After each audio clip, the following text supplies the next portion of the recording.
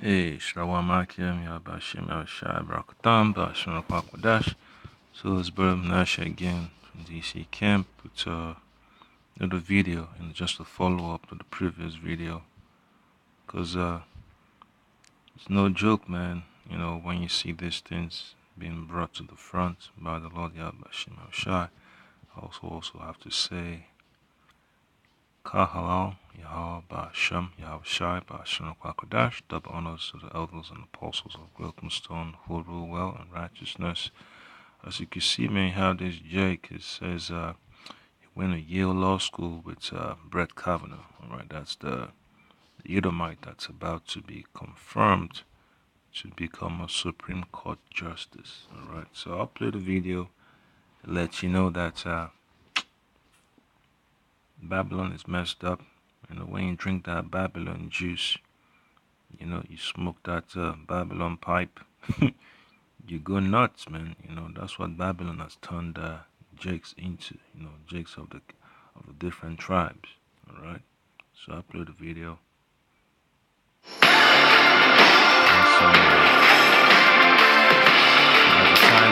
Let you know that Babylon. Our guest here today has unique insight into Brett Kavanaugh. Vernon Grigg is a Bay Area lawyer and a member of the Supreme Court Bar. Vernon, you went to Yale Law School the same year as Kavanaugh. Yes, that's right. Right, so you've had 3 years to really get good insight into him as a friend, a person, and a scholar. So let's start with the friend part first. Give us an idea of what he's like as a person, as a friend. Brett's great. Brett's, and as everyone has testified, no one has anything really bad to say about Brett personally, and I consider him to be a friend. He's warm, he's engaged, he's funny, he's really quick with a wit, and he's very present. So he's. Well, Most I ought to put that enmity between Jake and Edom, man. You know, that's a curse that goes back to Genesis, the 3rd chapter, between the serpent and Adam's seed. You know, it's real. And then for him to call an Edomite his friend, he has no clue, man. It means he's not dealing with the laws of Yahweh Shai Shai. You know, because in law school, you need to have an idea of the laws of the scriptures, but I guess the spirit of the Lord Yahweh Shai is not in these law schools, man, because the Levites are the ones that had excellent understanding of the law, and to go a little bit further, the prophets have an excellent understanding of the law. All right, so it wasn't just the Levites only. All right, so it's messed up, man, to see Jake in this condition. Because he's drunk the Babylon juice. Now he's part of a firm or non-profit or agency, whatever, called the Center for Electoral Equity. All right, so that has to deal with voting rights and all that stuff. So you can imagine, man, Jake getting all tangled in Esau's electoral system, his judicial system, thinking it could make a difference. You know, Babylon wasn't set up for Jake to be voting their way out of adversity. You know, the only way out of adversity is through the Lord Yahweh Shem Yahweh Shai. You know, and Jakes wouldn't get it, man, until it's too late. And when the men of the Lord try to explain it to them, they try to close their ears. They call men of the Lord conspiracy theorists, you know, fear mongers, you know, black identity extremists, you know, all the labels, man. And then all of a sudden, shit hits the fan. They look for the men of the Lord. They can't find the men of the Lord because their fate is already sealed. So I'll play the video and let you hear what it is Jake got to say. Really, he's a person of really good character. He's the kind of person, you know, you'd be happy to call a friend. All right, what about him as a scholar? Ted Olson says he has a great legal mind. Did you see that at school? Well, it's funny because Brett didn't. Now, Brett is a brilliant jurist. Whether you agree or disagree with his approach to the law, he didn't really distinguish himself as the smartest, you know, person, in part because he was pretty quiet. He listened more than he talked. And there were a lot of really smart people in that class who talked a lot more than they listened. So he didn't really come across that way. But I think he's probably, yeah. All right. Well, watching him in the hearings. So you can see, man, you got a Supreme Court in the background, man. That's Esau's highest form of legal, whatever institution on in America, man. So it lets you know, man, Esau's not interested in the laws, statutes, and commandments of Yahweh Shema Shai. Always want to set up his own laws so that way he could advance his own agenda. All right. So the journalist or the talk show host is not going to talk about the laws of Yahweh Shema Shai, because they find it grievous. They find it very disturbing that it doesn't fit their lifestyle, and they will do everything in their power to avoid that discussion. All right, so all they got to do is talk about the carnal aspects, man, of Esau's society. That's all they care about. This week, was that the guy you knew? Did anything surprise you, or did you say, no, that's Brett? Yes, the kind of the twinkle in his eye, the very thorough way that he knows the law, the very methodical way that he works his way through answering questions. I was a little surprised at the kind of reserved nature of some of the responses that, they withheld some information and whatnot. And I could almost see that he wasn't that comfortable with that. It may have been something that he had to do, but that was kind of uncharacteristic. He's been pretty transparent. Well, the least comfortable parts were probably the exchanges with Senator Kamala Harris, whom you also know and are friends with, right? Yeah. There was a lot of fiery exchanges there. She grilled him on abortion, on presidential powers, the Mueller investigation conversations. What did you make of that exchange? Well, it was so unique because, I worked with Kamala for many years. She's a friend. I respect her greatly. And really, she was at her best in that hearing. I mean, she was on fire, and you see why she was so great. Yeah, it's all a show, man. It's all a dog and pony show. It's all theater. You get your ticket and go up there to Congress or Capitol Hill and hear all the bullshit that they want to talk about, man. Just a bunch of empty suits. They know it's all dog and pony show. They just go up there to line their pockets. They don't give no stress or gravity to the states. The state of mind of the people. They're just there for their own personal gain and to do the bidding of these Amalekites that run the whole show, man. Because it's all a waste of time, man. They just want to, get their money up. It's all a scheme. That's why they run for higher office. That's exactly all they do. Write legislation or pass legislation to favor these corporations, man. So they're all there to make sure that America collapse. That's all what these elected officials are about, man. They're put in there to make sure that the plan to destroy Babylon goes along with the values of the elites, and all the staffers in the background, the chiefs of staff. They're all on the same boat. Speech writers are all on the same boat. So Babylon got to fall. That's the reason why they put all these jakes in office. Edomites in office, Amalekites in office, Moabites in office, Ishmaelites in office, Hamites in office, because they need Babylon to maintain that image of inclusion so they could sell that idea to the people of the world. But at the same time, they pull on the strings of destruction. All right, so these folks don't know exactly what's going on. The folks on the outside that think everything is just the government trying to help the people, but it's not. It's about destruction of Babylon, because they're going to pass legislation to make that mark of the beast the real deal, to make it implemented. Martial law got to happen. The collapse of the economy got to happen. It's going to be crazy, man. These same old people you see on TV will be the same old people coming against the men of the Lord. In the courtroom. And these issues are so important. And Brett is a different kind of judge. And it's going to be a different day if he rises to the Supreme Court. He's an originalist. And so for all of these concerns that Kamala is raising, I share those concerns because he's going to take a different approach to the Constitution. There's nothing original about Esau's system, man. There's nothing original about Edom. All this so-called legal system that Esau has, it all goes back. The origin goes back to the scriptures, of Yahweh Shema Shai, but he refuses to honor the Lord Yahweh Shema Shai. That's why there's so much of a circus. All right. So the Mosai set up the template, the foundation, but Esau wants to build in a different fashion. So that's why there's so much chaos, man. There's so much injustice. All right. You hear about people getting killed by the pack police, and then you can't get no report. You know, you can't get no feedback because they don't really care about the people, man. You hear about people's societies, people's communities falling apart because they have plans for gentrification.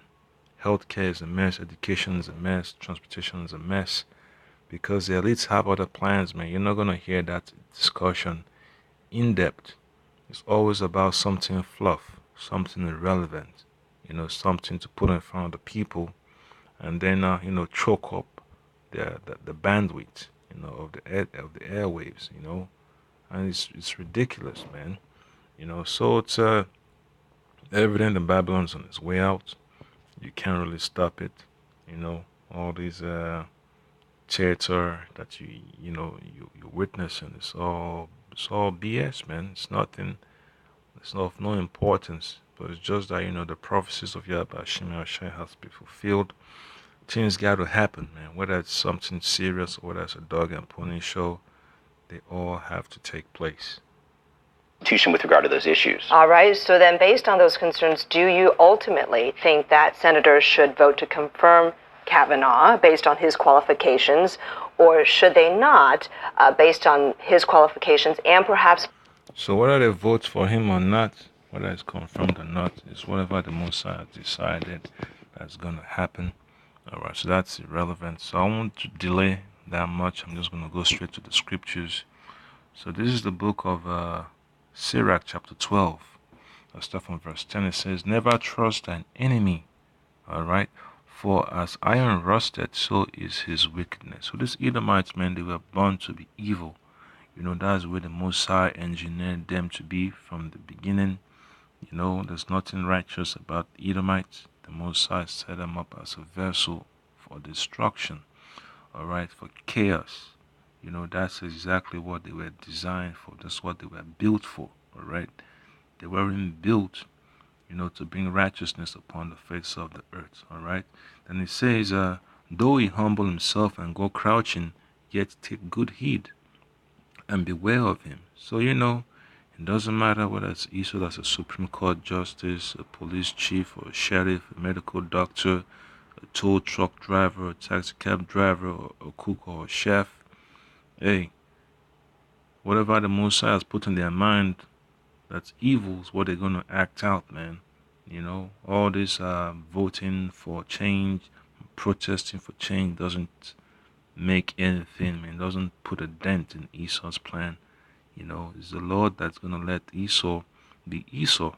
But it's always Jake that always have their head in their asses thinking that, if I, put in this legislation, if I study harder, maybe this Edomite will give me a hustle. Nah, man. Whatever the Lord decides is going to happen is going to happen, man. We can't be giving credit to Esau where he deserves no credit, all right? So it says, beware of him, and thou shalt be unto him as if thou hast wiped the looking glass, and thou shalt know that his rust had not been altogether wiped away. For Jake to be ignorant of Satan's devices, it's hilarious, man.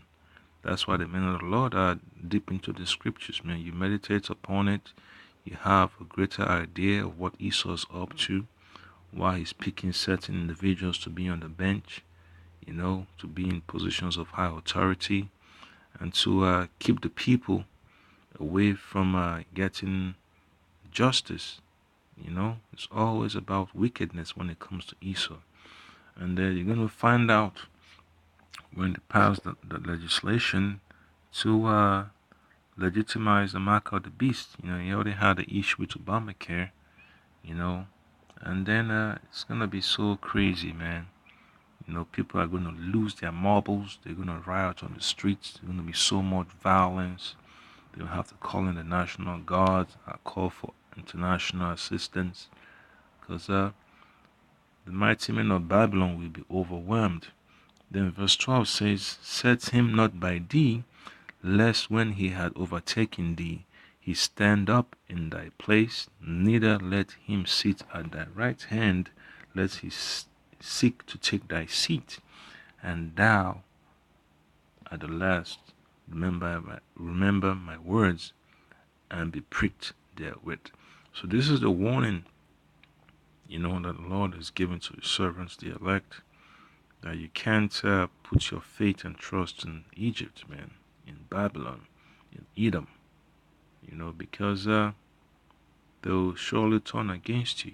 Yahushua talked about casting your pearls before swine, before these folks that have wickedness deeply rooted in their hearts, because they're going to turn around and destroy you. They won't hesitate. All those days and years you spend at the bar, working on construction projects together, working on scripts for all these IT companies, improving healthcare inventions. Nah, all that shit is going out the window. And then when in its nature, it's on the front thing, you're like, oh shit, the scripture warned me about this shit. Now all I gotta do is hope and pray the Lord have mercy. Nah, it's too late for mercy, because Jake didn't take warning. Then verse 13 says, who will pity a charmer that is beaten with the serpent, or any such as come nigh wild beasts? Alright, so all this that Jake is doing to hold up Esau's system, that is tempting the Lord, man. Because when Esau's system turns against Jake in these last days, it's going to be so funny. It's going to be too much for Jake to handle, the time of Jacob's trouble. Alright, so we're going to get another precept here. This is the book of Ecclesiastes, chapter 9. Alright, you can't hold on to the doctrines of Esau. Alright, so Ecclesiastes chapter 9 verse 8 says, let thy garments be always white, and let thy head lack no ointment. So the garments is the laws, statutes, and commandments of Yahweh Hashem Yahushai. The doctrine, the ointment, wisdom, knowledge, and understanding. That's exactly what we need to keep on, man. These words of the Holy Scriptures, you can't ignore them. Alright, is to keep you clothed, to keep your nakedness, ignorance, to wipe it away, keep you clothed, from all this madness that's going on, man. You need a defense. That's why we need to have this word with us all day, every day. Alright, it's profitable for healing, because when people are sick, that's exactly, what they do not have the proper doctrine. When you lack the doctrine of life, doctrine of understanding, and proper wisdom, and then you see all these doctrines of stupidity being held in high regard, man. Those are examples of being sick, man. You need ointment to heal, and the ultimate ointment is the words of Yahweh Hashem Yahushai. All these other doctrines of the world, man, are doctrines of sickness, man. They don't bring a spiritual value, to the minds of Israel. It's always an empty doctrine. That's all it is, man. It's not profitable for salvation, all right? So that's exactly what Esau's system is all about, man. Doctrines of darkness. It has the appearance of righteousness, but no, it does not have the spirit of righteousness. It's always about folly, all right? So I'll play that video some more. You have an idea of where the mind of this Jake is.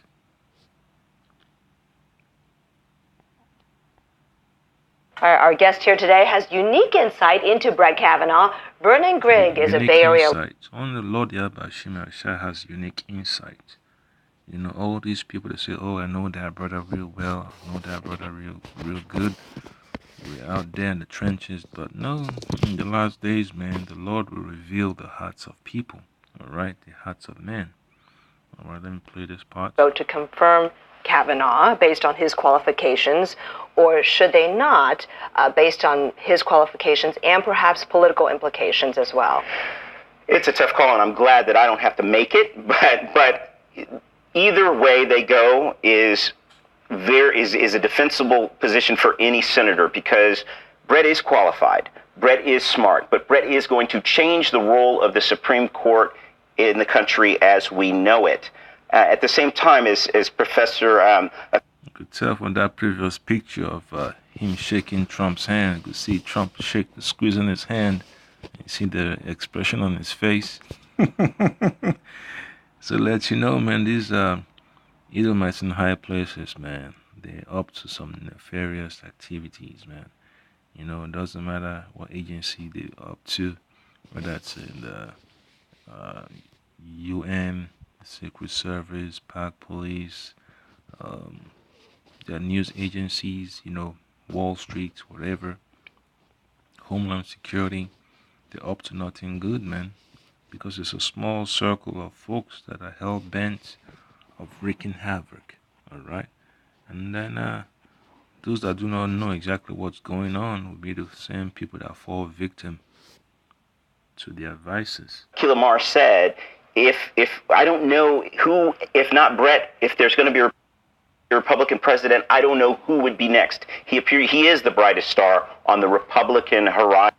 You see that scene with Bush right there, man. You just don't get picked by the devil, for sure. You know, it's not all cosmetics, man. There's a reason why everything is stacked in a certain direction. You know, the Lord Yahweh Shema Shai knows exactly what the whole plan is, you know, and then he's going to bring it to light. And so I think in that regard, he's worthy of this confirmation. But at the same time, as a father of daughters, as a black man in this country, as a person who's in favor of voting rights, I'm worried. He said he's a black man, father of daughters, person interested in voting rights. Hey, he lacks the knowledge of his identity as an Israelite, you know. So that's sad to see Jake in this state. And the Lord Yahweh Shema Shai will, you know, give him that cup to drink of, man. That cup of sadness, man. You know, the scripture talks about, you know, hand joining hand, the wicked shall not go unpunished.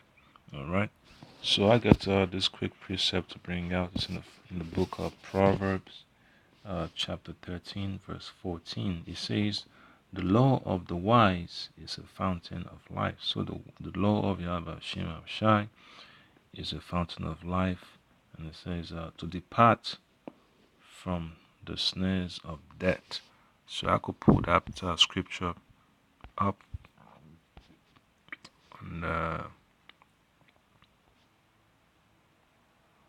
on the screen here. Proverbs chapter 13, verse 14. It says, "The law of the wise is a fountain of life, to depart from the snares of death." So all the snares of death have been laid before us. All these nominations into government offices across the nation. It has nothing good in store for Jake. It's all about destruction. You know, all these puppets are being put up there, all right? And then verse 15 says, "Good understanding giveth favor, but the way of transgressors is hard." So a lot of Jakes are going to fall victim to Esau's plans, man. It's going to be terrible. You know, it's just like the movie The Purge, whether you've seen the fourth installment or or whatever. It's going to be a horror movie for Jake, man. Jake is going to be so depressed and sad. You know, they're going to be crying heavily. You know, they're going to commit all kinds of atrocities to make it. You know, while the elect wouldn't have to go that route. All right? So this society is on its way out. You know, it's folks like this that have put all their trust in Babylon will be the one to be disappointed the most. Worried about where the court will take us under his with his participation. All right, and not an easy thing for a friend and classmate to say, but Brennan Greg, thank you for coming in and sharing. So, you know, it's concerned about the direction the Supreme Court is going to go. That's not a major concern for the elect. What concerns us the most is the decree, the counsel of Yahweh Hashem Yahushai. It's not of this world, man. You gotta go along with the spiritual counsel of Yahweh Hashem Yahushai. All these judicial opinions and letters, whatever, it's irrelevant, man. They don't hold any weight, when it comes to the scriptures, So I'm gonna get one last precept. It's the book of Isaiah.